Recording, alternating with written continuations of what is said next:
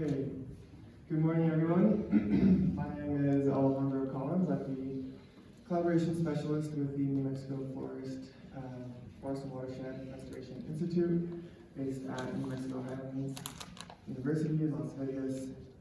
I'm joined here today by Janice Varela, Yolanda Cruz, Kathryn Mahan, and Janna Lopez. I just want to start off by thanking everyone for being here for the last session of the summit. I know it's been a long couple of days, but we appreciate you being here and sharing this space with us. I'd also like to thank the organizers for inviting us here today and creating the space for these panelists to talk a little bit more about the Hermit's Peak Cap Canyon fire, and now that we're 2 years out, share how they're doing the best that they can in a broken system that is still inefficient, extractive, and re-traumatizing. The panelists will introduce themselves in just a little bit, but I'll give a little introduction before that. So the Hermit's Peak Cap Canyon fire was caused by 2 separate prescribed burns on national forest lands that escaped control. The Hermit's Peak fire began on April 6th, 2022, and being pushed by fierce winds and plentiful fuel, it joined the Cap Canyon fire just 2 weeks later. Before being contained 4 months after that, the fires burned more than 341,000 acres and destroyed more than 1,000 structures, primarily in Mora and San Miguel counties. 2.5 years later, residents are still trying to piece their lives and livelihoods back together. Some have been unable to return to their homes or still have no homes to return to. The fire was followed by historic rains and flooding that washed out logs and debris, destroyed roads, bridges, acequias, and also claimed the lives of 3 people. This past summer, another historic flood in the burn scar damaged the Las Vegas water supply and re-damaged properties that were hit previously in 2022. Not only this, but some properties that escaped damage in the fire ended up with severe damage as a result from the post-fire floods. In the meantime, while these counties grapple with a post-HPCC fire landscape, disasters continue to affect Mexico and other parts of the country, which strains emergency response and also slows down recovery. As we've learned today and over the past few days, hundreds of families near Ruidoso face their own devastating wildfires and floods this summer, and at the same time, many New Mexico communities remain at high risk from catastrophic wildfires. This leaves us with a few questions. What has slowed down the recovery in the HPCC burn scar? How can broken systems be improved to make them look better for people who are already traumatized by disaster? What are some things fire and flood affected residents have learned that might help communities as they recover from their own disasters or prepare for their own inevitable disaster?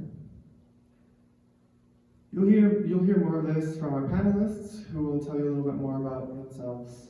First, I'll hand it off to our first panelist.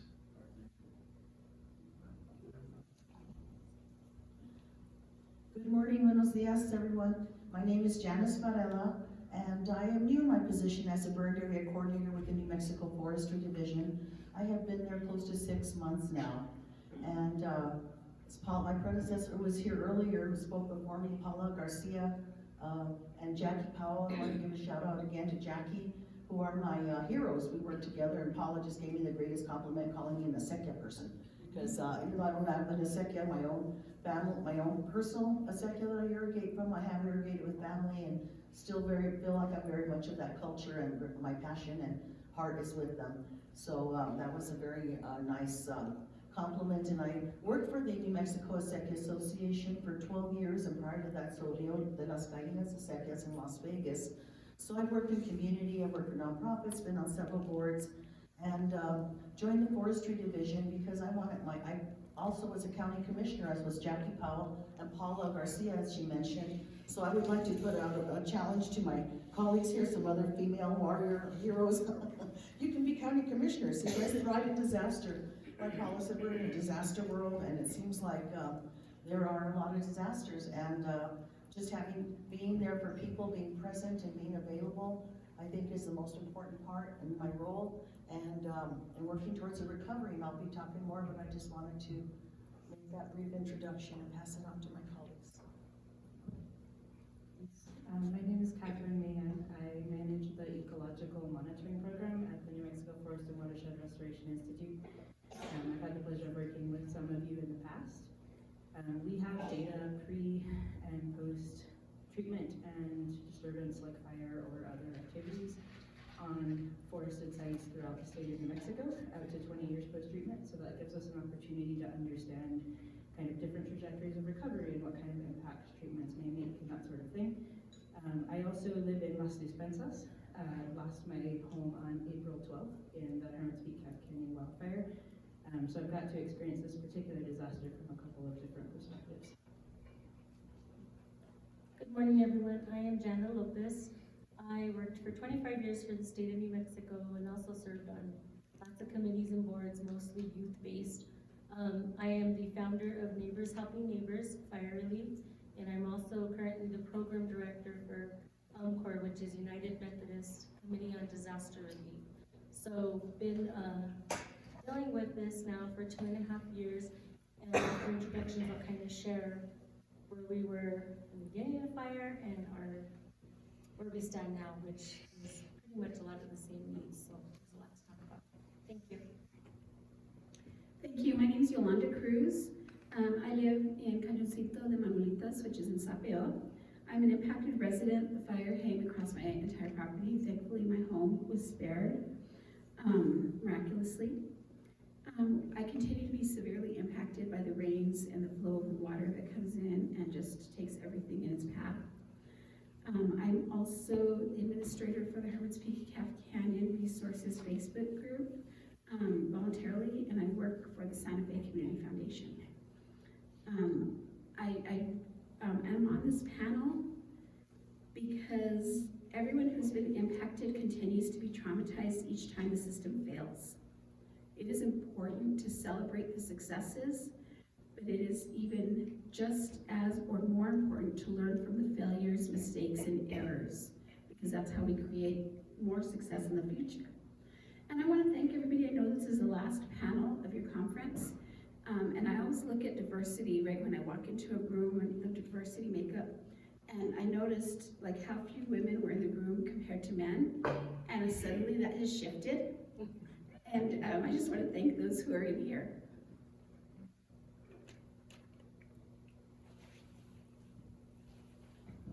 Thank you. Okay. A little bit of logistical information. We're hoping to get through at least 3 questions today with approximately 15 minutes allotted per question, and while still having some time at the end for a few questions. So we'll start with our first question. The 2022 HPCC fire remains the largest wildfire in New Mexico, and post-fire flooding continues to upend daily lives. The Brentscar is still at risk to wildfires, as evidenced by the Las Cruces fire last year. How can these events and realities drive efforts in education around fire adaptation, fire resilience, and fire preparation?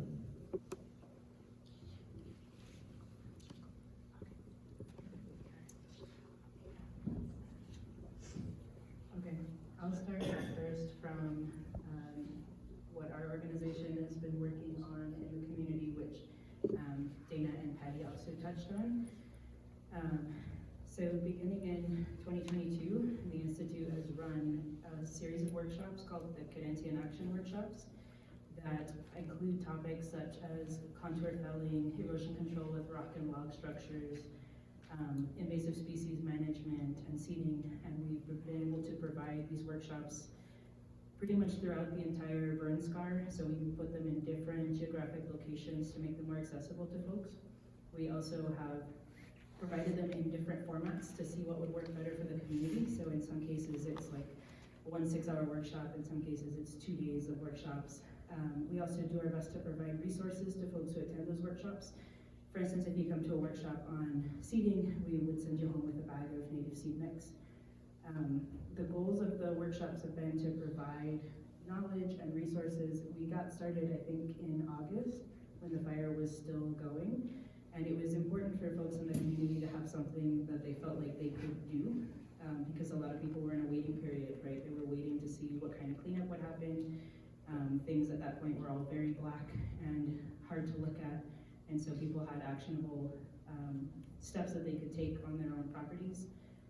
It was also important for us to try to support people in this very land-based culture who had a lot of skills working on their land, and give them opportunities to be involved in the recovery. For instance, a lot of folks had, they had trucks, or they knew how to run chainsaws, or they knew a lot about their property, and those things could transfer into recovery efforts if they were given just a little bit more information and resources.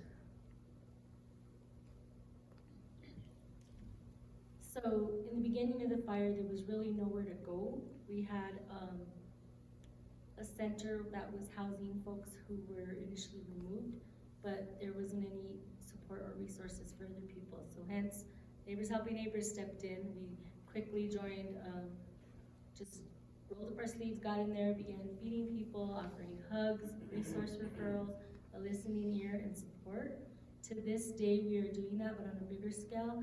We've reached out to agencies such as Kathryn's, worked with them to do survivable space training. We are a hub where people can come in, not only for FEMA advocacy, but to get resource referrals. We're there to support you through every stage of the recovery.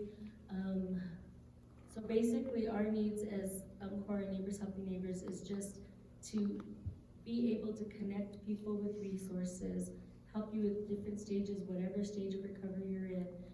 These cascading floods and damages kind of keep bringing us back to immediate needs. So as much as we want to say we're in the long-term recovery stage, unfortunately we're not.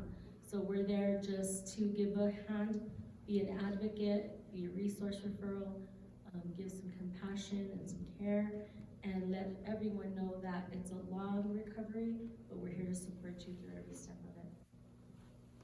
Collaboration is the key.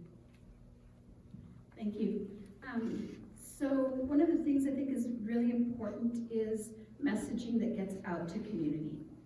Where do people go for information? How do they get their information? How can you put out the most factual information possible? And how do you collaborate? There are too many silos, and everybody's living their daily lives, right? Nobody thinks about an emergency until it happens. And then there's so many people who are lost. So thinking about how do you communicate to communities before there's an emergency? Do they have an emergency plan? I remember when I was little, right, the fire department would come and tell you about making an evacuation plan from your home. And I'd go home and all in charge, and I'd tell my parents, right, we've got to do this. You know, living out in the mountains, those are something that I think about. My husband was the emergency manager years and years and years ago. And so those are things I think about, right? An emergency, he might not be there. How am I gonna take care of my family and my kids? And so, you know, that was, you know, 20 years ago. He's not in that role anymore, but how do you care for your family? How do you plan for that? The GIS maps are so helpful. They really helped me. And then even in looking like at the hurricanes now, I have a nephew who has a home in North Dakota.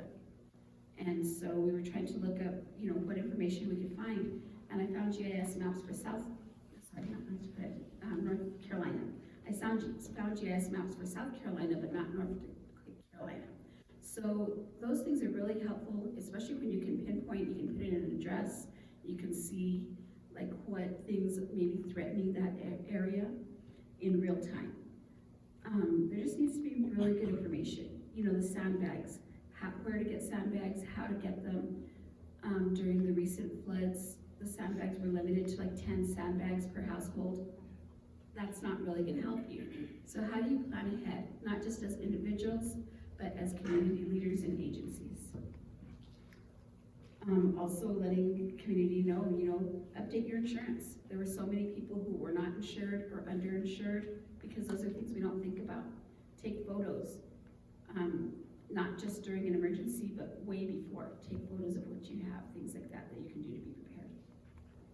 Janna, I'm sorry, could you, with your role with Neighbors Helping Neighbors, could you tell us a little bit more about the difference in needs that you've seen or experienced between immediately after the fire, during the fire, to now?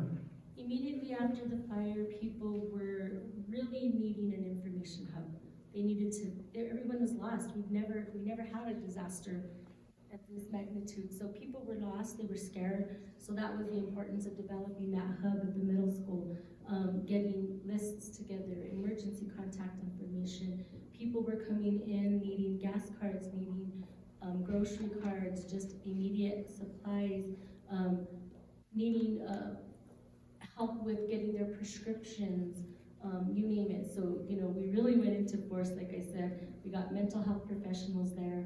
We reached out to Department of Health to go there to help us get prescriptions or medications that was needed for folks. People were sleeping in their cars, they were sleeping in the shelter, they were staying in motels, some were literally couch surfing. So that's where we stepped in, and people were really not trusting the government, so they were hesitant to go to FEMA. So I just want to brag that Neighbors Helping Neighbors literally walked people by the hand to the FEMA office to get registered, to get that FEMA number, and really stressed the importance of getting registered with FEMA. Although they've been difficult to work with, there's also some success stories, but we did a lot of FEMA advocacy in the beginning, and we continue to do so now. So like I said in the beginning, it was really immediate needs. Where can I find shelter, food, your basic needs. People had questions about cleanup, even though the fire was still going, and now we have the cascading floods. We've learned the hard way too. We jumped in getting past the immediate needs. We wanted to help people get back together to their normal life as quick as possible. And that was a mistake, because FEMA has yet to pay. So many folks were there waiting on funds. So what we're seeing now is people are needing help with debris removal still. The state programs are wonderful, but they have limitations, and some of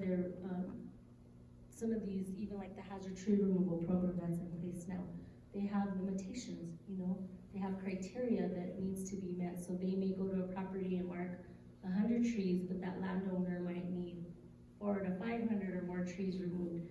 So the needs that we're seeing now are filling in the gaps. Whatever programs can't complete, that's where we come into play, and we work with recovery groups, volunteer recovery groups from all over the United States have been to the Hermit's Peak Canyon. We recently had a convoy of folk from Kentucky. We've had convoy of folk from California. So what we're seeing now is people are still needing FEMA advocacy. They're needing private roadways repaired. They're worried about erosion control. They're worried about their contaminated fields. Paula mentioned earlier that they weren't able to harvest hay. So UMCOR stepped in, and we were able to provide about $160,000 in hay and reseeding assistance for these people who their land is now contaminated. They weren't able to water, they weren't able to harvest their own hay. So that's where things we're doing is kind of just filling in gaps, picking up where programs can't cover. We'll see what we can do, but the needs are still, there's just such a wide variety of needs still. Roadway repairs, septic, wells are still contaminated. Some wells need to be re-drilled. They can't use their old well. Folks are coming in, like I said, for help with fencing. We still have people 2.5 years later in rental assistance, not home yet, living with relatives. So that's still just the reality of the the long road to recovery. So we go back and forth from immediate need to long-term, but basically our long-terms is just trying to get these people back in their home, reforestation, erosion control, worrying about everything that comes with the disaster. Thank you. Yes, so back to that first question, Alejandro, about what we've learned, lessons learned, and what we can do next time. I think one of the most important things is information sharing, the collaboration, everything has been mentioned, I won't repeat all those things. But the local knowledge, as a county commissioner and as a person living in Pecos and watching seeing the winds blowing towards my east side to my neighbors and watching the devastation there was heartbreaking. But of course, concern for my village and my community I was told it was coming. There was nothing I could do, that they couldn't put the fires out, and that was just terrifying. So everybody was in fear and terrorized by this. But the local information, I would go to the to the Incident Command Center there in Las Vegas at Luna, and there were all these people that would come in from the federal government, Forest Service, and they would go to the maps and they would do their presentation. And I'd ask questions and they had no idea where a specific area was located that I was wanting to know, so I'd go find Shannon. She's our district, Shannon Atencio was our district forester in Las Vegas, so I was always very relieved to see a local person who had that information and knowledge that she could tell me, is it up in Hamilton Mesa yet? Where is it? And she'd show me. These other people didn't have any clues to what I was talking about. So that local information and connecting the experts that are here to assist with that local knowledge is really critical. And yesterday, Wynn was talking about our communication presentation about sandbags. So people were saying, you need sandbags, and we were scrambling getting them. Then what? What are people gonna do with them? There's not enough, how do you place them? So there's just a lot of gaps. And I'd like to say that, speaking of gaps, and what I saw, and I didn't know Janna, I knew Yolanda, we had worked together before at the county and we're colleagues, but when I saw, I said, who is this person, this Janna? Stepped in there and did what needed to be done. And that's what you need, is people like that. And Yolanda too, I know you don't appreciate your role as much there, being on Facebook, directing people to the correct information, but misinformation gets out there. And the rumors fly, go faster than the fire sometimes. And that's a lot of times a bigger problem than the actual disaster. Well, Paula said, I would just like to reiterate that, and I remember when Paula was pleading with FEMA, and people were gonna take resources out after the fire was contained, don't leave. We're getting the flooding, it's just starting. The real disasters are just flooding. And like Jackie knew back in her time dealing with the Little Bear fire, and saw what was coming into the lake there, into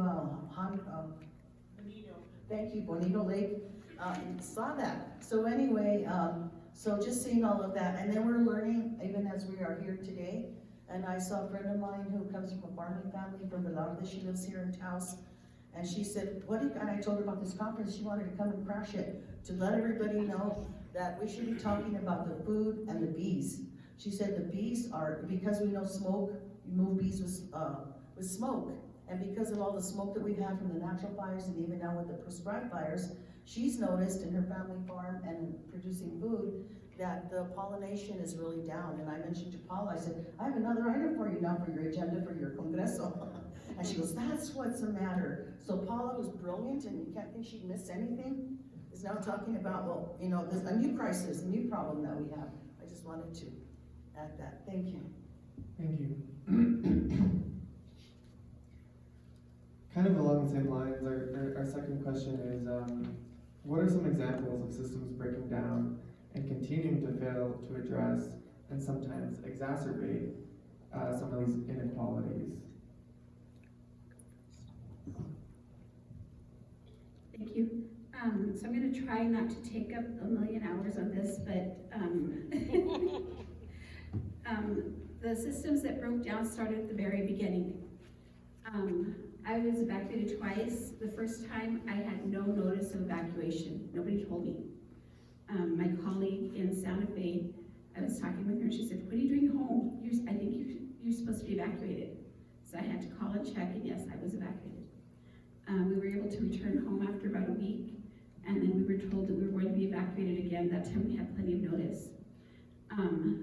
The maps that were being used, I'm not sure who thought of this, but it was red, yellow, green, right? Ready, set, go. So if your home is in a red area in a map, would you stay or leave? Please raise your hand if you would leave.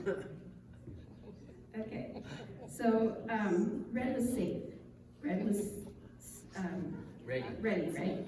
And then set and go like a stoplight, and I could get the stoplight, but when you're panicked and you don't know what's going on and you've never seen this before, and your home is in the green, I didn't think that that meant go. And there were a lot of people who saw their homes in red and who were panicking. And so, you know, yellow, you can kind of guess. But that I think was one of the first failures, because you don't know how people are going to react in an emergency situation. There's a lot of fear, a lot of trauma. The other thing was the emergency operation plan for the county and city had not been updated in 7 to 10 years. It was just, there had been a lot of changeover in staff, and it was just kind of signed off on. So those operation plans were not able to be put into place. The evacuation center was not up to code, which was, they found out that out mid-emergency while people were staying there. There was a lot of scrambling. The state had to take over. There was a new emergency manager, so the state emergency management had to take over, and that was good. But as Janice has said, that local knowledge needs to be there, that local connection to community. Because when people are talking to community and they're mispronouncing names of community places and they don't know the answers to questions, then that leaves community who are already struggling, who are already traumatized, feeling like they don't have that support and understanding.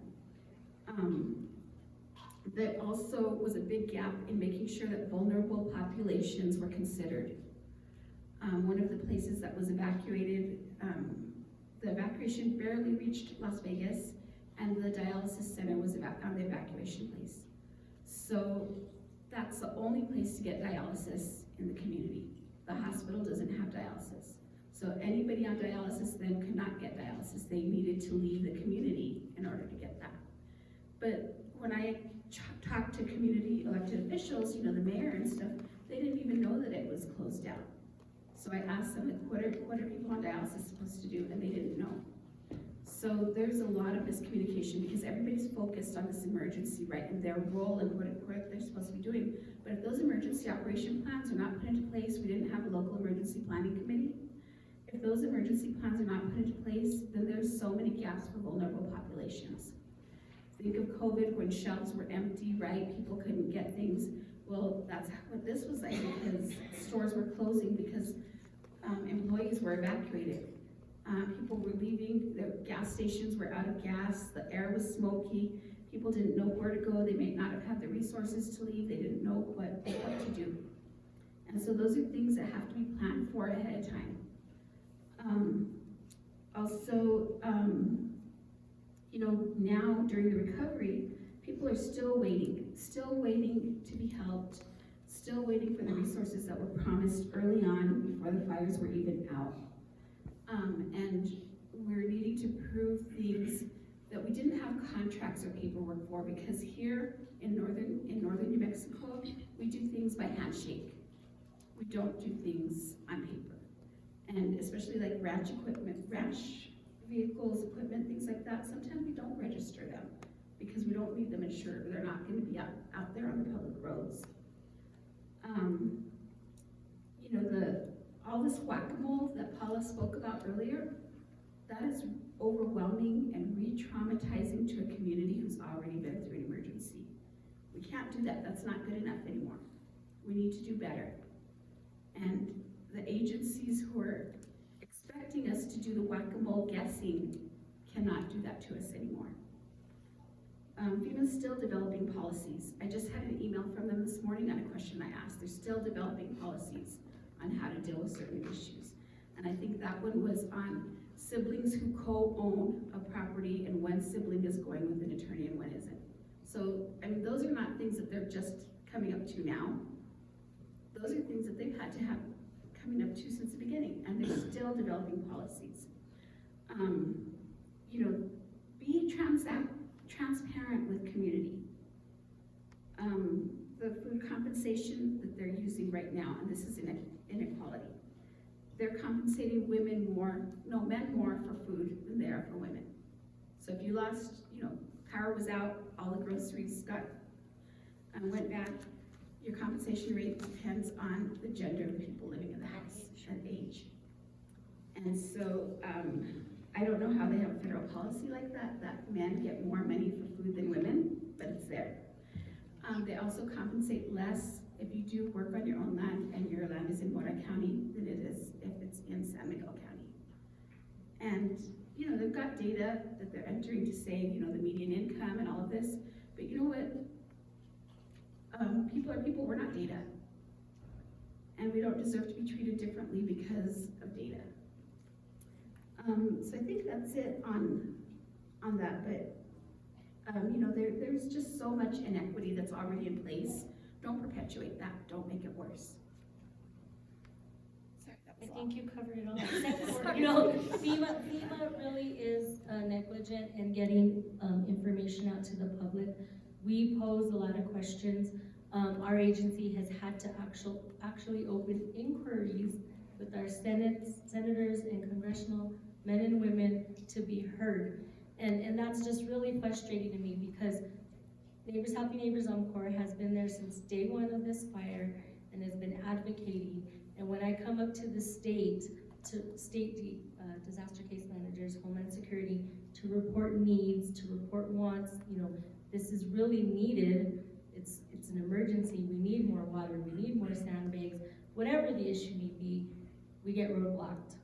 And you know, I'm not a government agency. We're a nonprofit, so I get to raise Cain and along with Yolanda and open those inquiries. Call the mayor, call the senators, call the congresspeople, and put pressure on them, who then go to the state disaster case managers, and voila, a door opens. So that's pretty frustrating.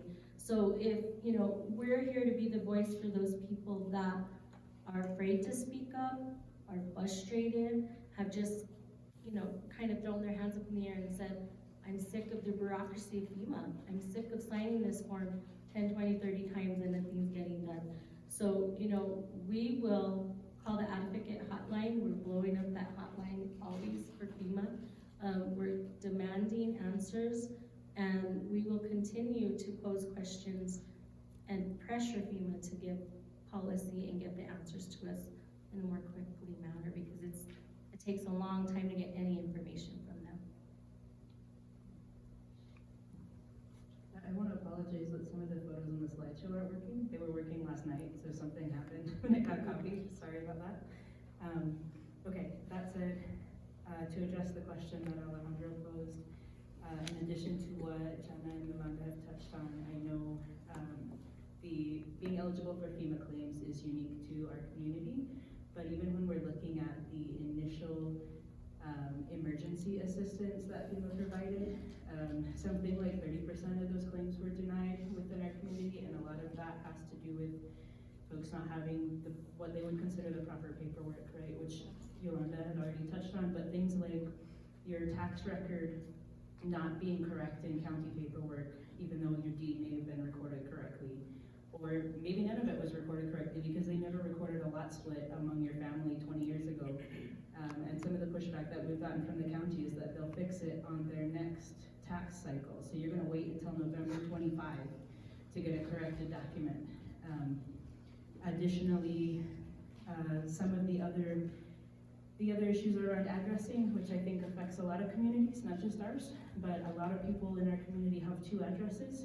The county readdressed to try to be compliant with some of the E911 requirements about 10 years ago, but they didn't change those addresses everywhere. So people who are applying for assistance have multiple addresses and their paperwork's not matching and they're getting denied. Another issue is what is considered a house.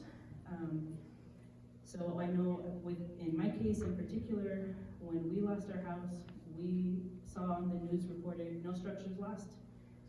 We had a photo showing that structures definitely have been lost, as well as at least 2 of the neighboring properties. One where our neighbors lived in an RV, and another was an old rock house that wasn't currently being occupied, but it was definitely destroyed in the fire. So we reached out to the county, and they asked us to come in and show them where the houses were, because their spatial data was so far out of date that they honestly didn't know where people were living, where they should be looking for lost homes.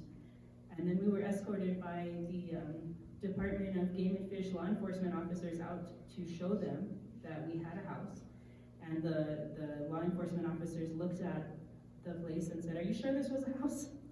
And so that kind of response from people involved in not just long-term recovery, but in the immediate response is quite harmful, right?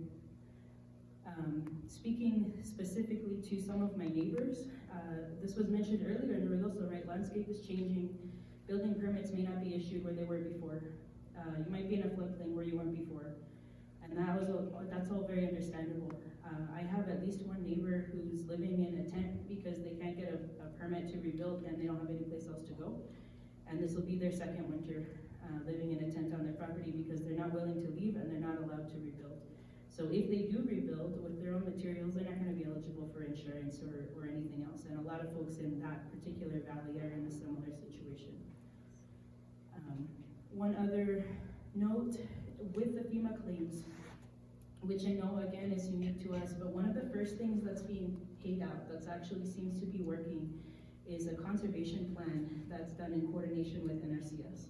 And so NRCS is doing inspections, writing up a conservation plan that then homeowners can submit to the claims office and receive some amount of compensation for what restoration might look like.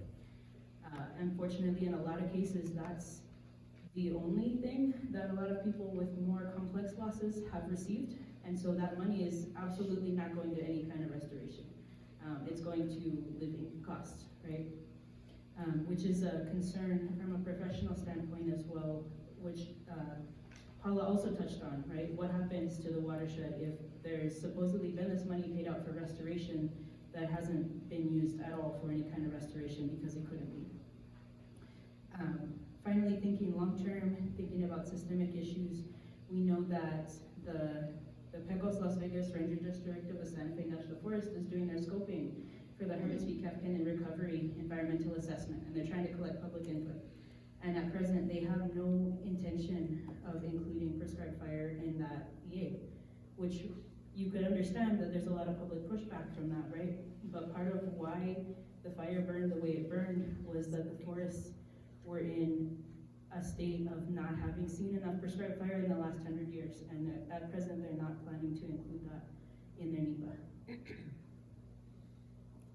Thank you. This is a little bit of a confessional now, because as a elected county official, as a county commissioner, and at the time you're just like in shock, and you don't even know how to respond or react other than go to meetings and have more meetings. But there were a lot of failures from the beginning, even before the fire. We had a cyber attack in our county, and it really took down all of the from records from the clerk's office to the assessors. And our assessor's office remains to be in flux and trying to recover with the new assessor in place now, and new staff and leadership. And I mean, the other departments seem to recover quicker, but our assessor's office, which is critical for our tax base, and not only that, for the recovery, for the paperwork that they need.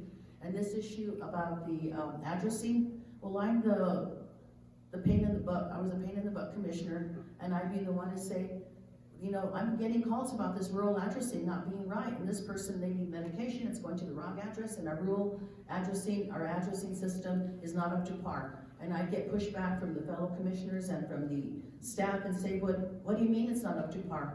It's not up to par, sorry, and I just explain what's going on. So the other thing I'd like to mention is the plans, sit on the shelf. And as we have meetings and we're busy and we have an agenda and we have decided and we approve it, we take the plan home and read it. But to have a more thorough discussion about that with the community, to take that plan and prepare and have some real discussion. So I wish I could go back in time and do these things, and the things that I'm learning now. And I don't know how to be a county commissioner again, but now I feel like maybe I should, because I'm learning all these things in my new role in recovery, fire recovery, that I wish I would have known more of. And we're all learning as we go, and wish we had this hindsight, you know, at the time. But there were a lot of failures, and they're still in place, and that's what's making it very hard for the recovery. And the bureaucracy, I don't even know that we have an emergency manager in San Miguel County. We had one, and he was just pulled apart like a wishbone, and was there with Janna and, you know, the sites where the people were. But now he's accepted a new position, still working on recovery, but working with the roads, with DOT. So I don't even know that they've replaced him, and that's pretty critical to have that position and have that position well, and not just, there's just the one person, and we need more than that too. And then as poor and as challenged as we were in San Miguel County, our poor Moras and neighbor were even more challenged and lacking in a lot of their resources, and don't even have a lot of the maps that we have, even though our systems aren't great. They're still there. So all of those things are really important, and I think that, you know, there again, county government, especially poor county governments, and we've learned things like FEMA, I think at the beginning in this disaster, thought that we could do what they did in Cerro Grande fire in Los Alamos, where the county could write a check for $1 million and get reimbursed. Quickly, that was discovered that that's not gonna happen. We didn't, Water County, San Miguel County, we didn't have that much money in their whole budget for the year, much less to be writing checks and getting reimbursed. So they had to, you know, fortunately, these federal agencies like FEMA are looking to how they can adapt, but it might not be fast enough. But anyway, those are just some of the things and failures that I've seen, and maybe we can learn from those. And like I said, in the planning, we all have plans, and they just sit on shelves, and we're not looking at them and studying them thoroughly and discussing them, especially for fire. Can I just add one thing? There was a gentleman who spoke about the really good program that they're using in Rejoso, and somebody asked, has this been implemented in Mora? And the answer was no. And I understand that, you know, if that's where he's working and he's found something that works, that's great. But we need to be sharing that information more widely and reaching out to the communities that are dealing with things, because Mora County is there's a lot lower income in Mora County than there is in Rejoso, right? And it's a lot larger Hispanic population, so that's inequality right there, inequity and inequality. And we need to get these things that are working and put them in the places that are, not that it's not needed in Rejoso, but we need to make sure that what's working can be implemented quickly, not years down the road. We need to put them in quickly in places that need it, especially those that already have the inequity of income weighing them down. I'm glad you added that, because it segues us right into our next question. We've been talking a lot about failures in systems and lack of capacity in places to fill, to be better prepared for fires in the future and continue with our road to recovery. And so our next question is, how can agencies, government entities, and organizations support holistic recovery that is responsive, but also acknowledges that pre-fire circumstances were shaped by more than a century of persistent and intentional under-resourcing, under-representation, stolen lands, and among other inequalities. Recovery should address what didn't work before, and returning to the status quo may not be the end goal. What is one thing you would like to see happen now that would fundamentally help before the next catastrophic fire in our area? Well, first and foremost, I think that the emergency plan needs to be updated. We've been saying this, screaming it since the fire began, and I know that our agency has requested it among other agencies, and we just get told that it's being worked on. So first and foremost, that needs to really be put in place. The elderly and disabled population really we need to take that into consideration too. We need better emergency management systems to get the news out if they do need to evacuate. A lot of these folks don't have social media, don't have, some people don't even have phones. And my concern is, to date, there's still not telephone lines that have been repaired in the Gallinas area, other areas. To this day, that has not been restored. And I'm happy for other areas where you see droves of P&M trucks and linemen and everybody being deployed to these disasters. We didn't get that here. And here we are 2.5 years later, and people remain without electricity, remain without water, because they need electricity for their wells to work. So I think that emergency plan really needs to be updated. We need to be better prepared to get people out here. The word that I hear over and over when we make requests is we don't have the capacity. capacity. Well, let's learn from that, let's seek grants, let's grab monies, let's get things in place so we can say we have the capacity to address these issues when they pop up.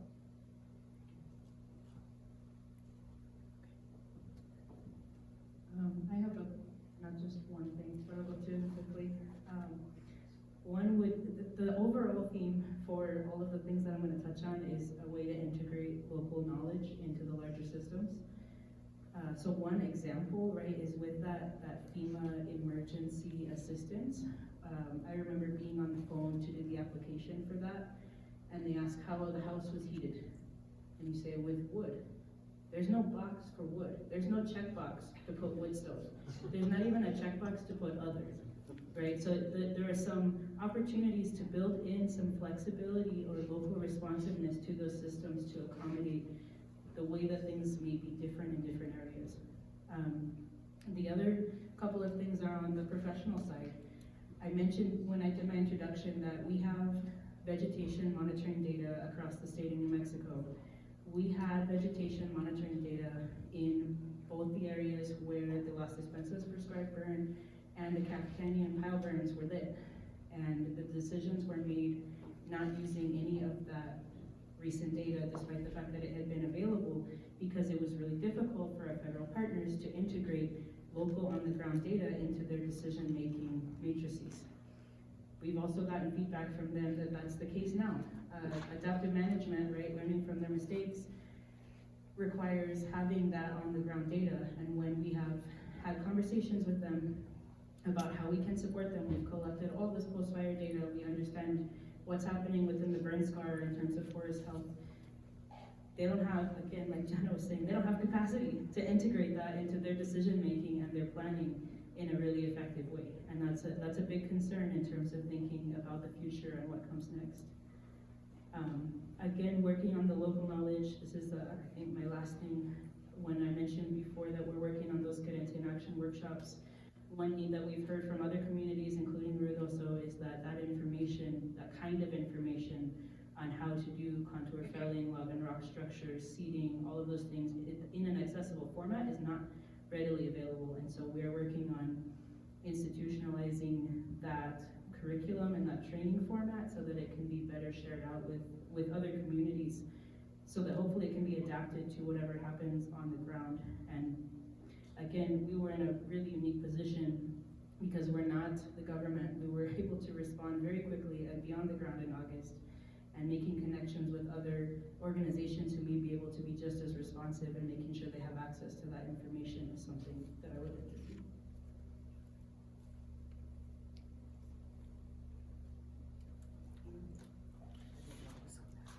I can go ahead.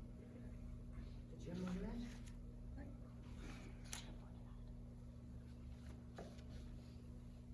Well, now in my new role, I'm just learning. I've only been on the job close to 6 months now. And hazard tree removal program, we're just doing it now, 2.5 years later. And people are grateful, even though, should have been done sooner. And just happy for any help that they get. I know people are frustrated, and with good reason.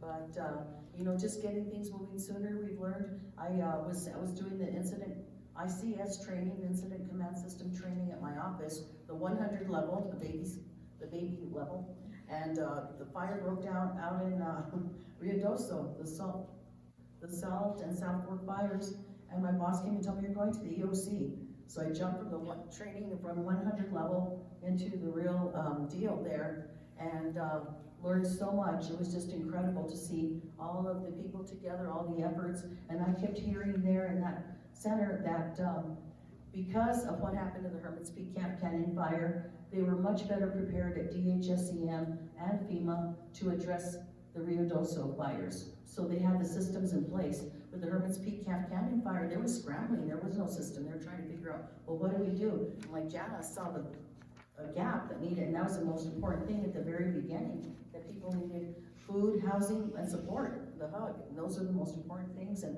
somebody stepped in, and that was Janna, and thank goodness for that. But just the other systems that didn't exist also, they came together because of the Hermit's Peak Camp Canyon fire. So having that, did help with this subsequent disaster, and just, you know, those are some things, I think, lessons learned. And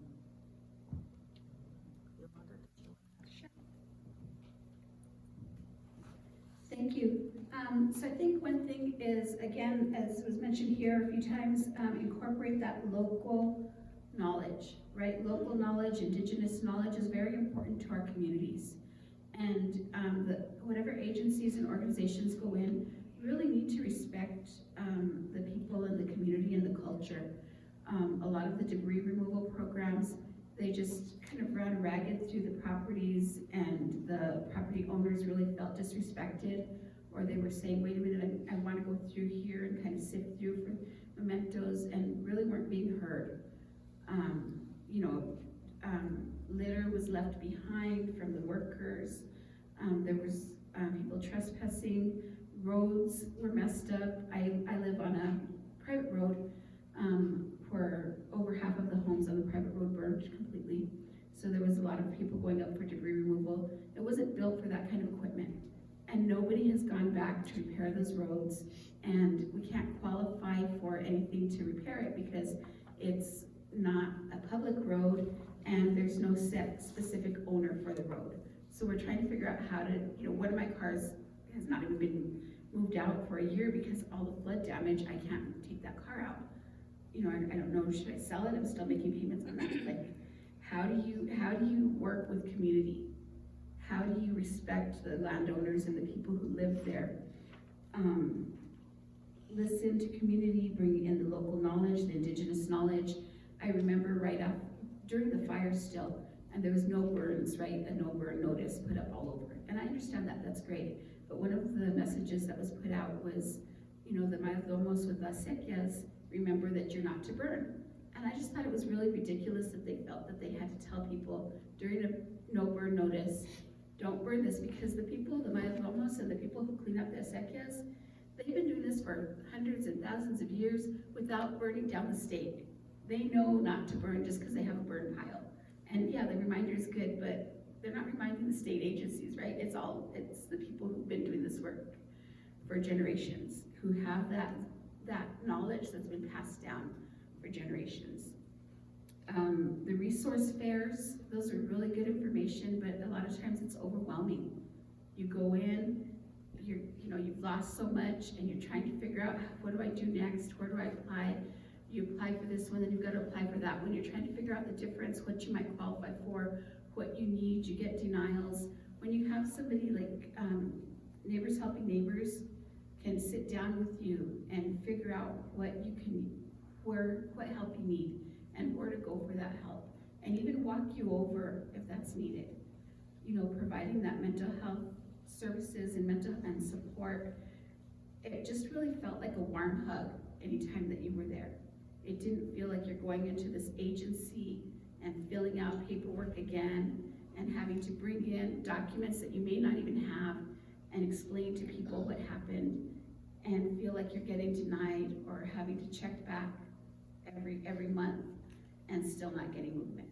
So those are really important things. Look at what are the most immediate important needs. How do you get those set up first? Right now there's hundreds of thousands of dollars going out to homes for smoke damage in a really wide area where people who lost their homes still haven't been compensated. And so, it's great that more people are able to have access to funds, but we really need to look at the basics. What is needed now? What is most important now? And prioritize that, right? Triage it. And then in planning, just think about what's needed. How do you collaborate with others? What's going to be needed? What do you need on a daily basis? How many of you do laundry? Or have somebody in your home that does laundry? Okay, so mobile laundries, right? Like in an emergency when people are evacuated, you have to have a laundromat, you have to have, those types of things. How do you make sure that people's needs are met? And things that during an emergency, who's going to think of that? Because Neighbors Helping Neighbors thought of that, and they got it done before anybody else even realized that was a need, because they were listening to people. What do you need right now? How can I support you right now? And that, I think, was the biggest learning. I just need to add, there's tons of government agencies and there's tons of paperwork and red tape too. So in a disaster, you need to remember to go to your community foundations, to reach out to your faith-based groups. I'm going to tell you that without them, I wouldn't have made it through to be able to give the people the support that they needed. I reached out to Vernon Baker, who walked in from the Baptist, and I said, hey, the Baptists have mobile showers and washer and dryers. So, you know, they brought us back to the evacuation center. And I remember Dennis asking me, the emergency manager, how did you make that happen? And I said, because I talked to the faith-based groups who were readily available to come out and help, no questions asked. They will come and bring you what you need. So it's important to think outside the box too, not just get stuck in this government trap. You know, you do need to utilize your local foundations, your community organizations, your faith-based groups. That's number one. And also, from a personal story of mine, we, NRCS went out to put HESCO baskets on our property. And it's like a little family compound. There's 3 homes on the property and we're all related. Well, my father-in-law, who's 80 years old, went out to tell the engineer where the HESCO baskets had to go. And he was frowned upon. He said, I know what I'm doing. And he said, all due respect, but I've lived here for 50 years and I know where the water comes. And they didn't want to listen to him. And they proceeded to put the baskets up and they failed. So they came back to the property, had a nice little conversation with my father-in-law after he said, my garage is flooded again and my freezer full of meat is now 2 houses down. Are you gonna put the baskets where I initially said they needed to go? So I think these agencies need to remember to sit back and really listen to the homeowners. They've been there, they've lived there, they know what direction the water comes, and it's coming with full force now because of the burn scar. So I think you just really need to sit back. They need to sit back and really listen to these homeowners and take their advice. Yes, they may be an engineer, and some of the baskets worked, but not all of them. So I really think they need to spend a little time listening to these homeowners about what their needs are. That is so important, Janna, and I just wanted to add, don't keep secrets. You know that right now we're seeing state and federal agencies working together. They meet like on a monthly basis, and it's great to see that. It's really great to see that level of coordination, and they talk about the things that they're doing, and the community does not know, and they don't know that they can access some of the things. Quit putting up barriers. You know, it's private land, so we can't do this here, but this is on an easement to the state highway, so we can do it there. Quit putting those barriers. On an emergency, we need the help. Everybody needs the help. Figure out how to get it done. Is there something that can be done during emergencies to go around that process? But yeah, you know, I sit in those agency meetings and they talk about all the great things that they're putting into place, and we hear about a new policy where people can apply for something, but it's not put out to community. And so what good is it for them to do all this work to get it together and nobody in the community who needs it knows that it's there or how to access it? Because it has to go through all the bureaucracies, and it might be 6 weeks, 8 weeks, if ever that information gets out. Get the information out. Don't keep those secrets. Thank you all for sharing. Shall we move on to questions from the audience or no? Yeah.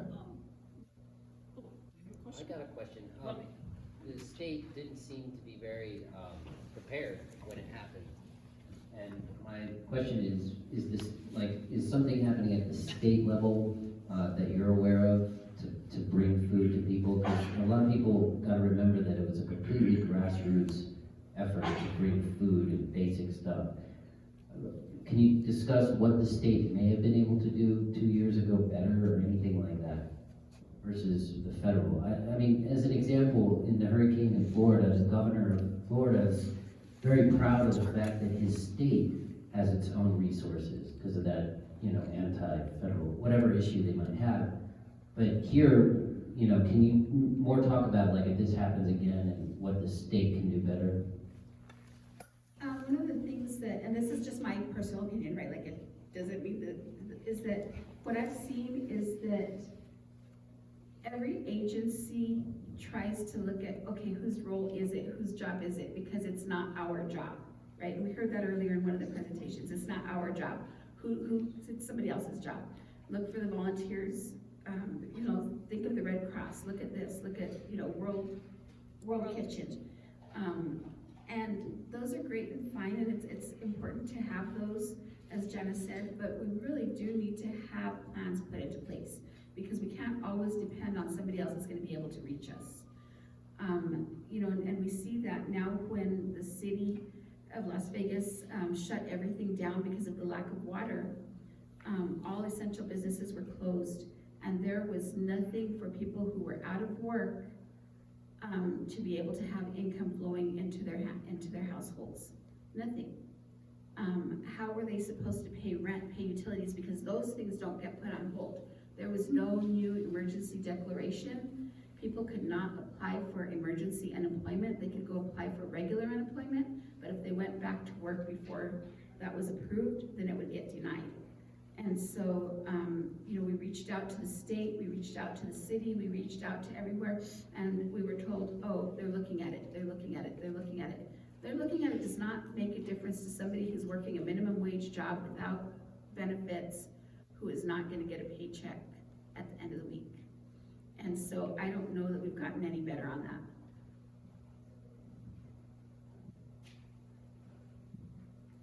I can say just specifically on the food, there was an initiative that went through the Comuna de San Pascual that literally contacted the state, and the state in response provided some funds. However, it was specified, my understanding, I was not directly involved, and the person who led this unfortunately passed away, but what she told me was that the state specified that the funds could be distributed for electric chest freezers, which a lot of people didn't have electricity or a place to put a chest freezer, or some people are, like myself, we're off-grid and we can't even use electric fridges. And so there was an effort by the state to provide that to people, but it wasn't necessarily culturally responsive at all. Thank you, good question. Let's take this one other one and then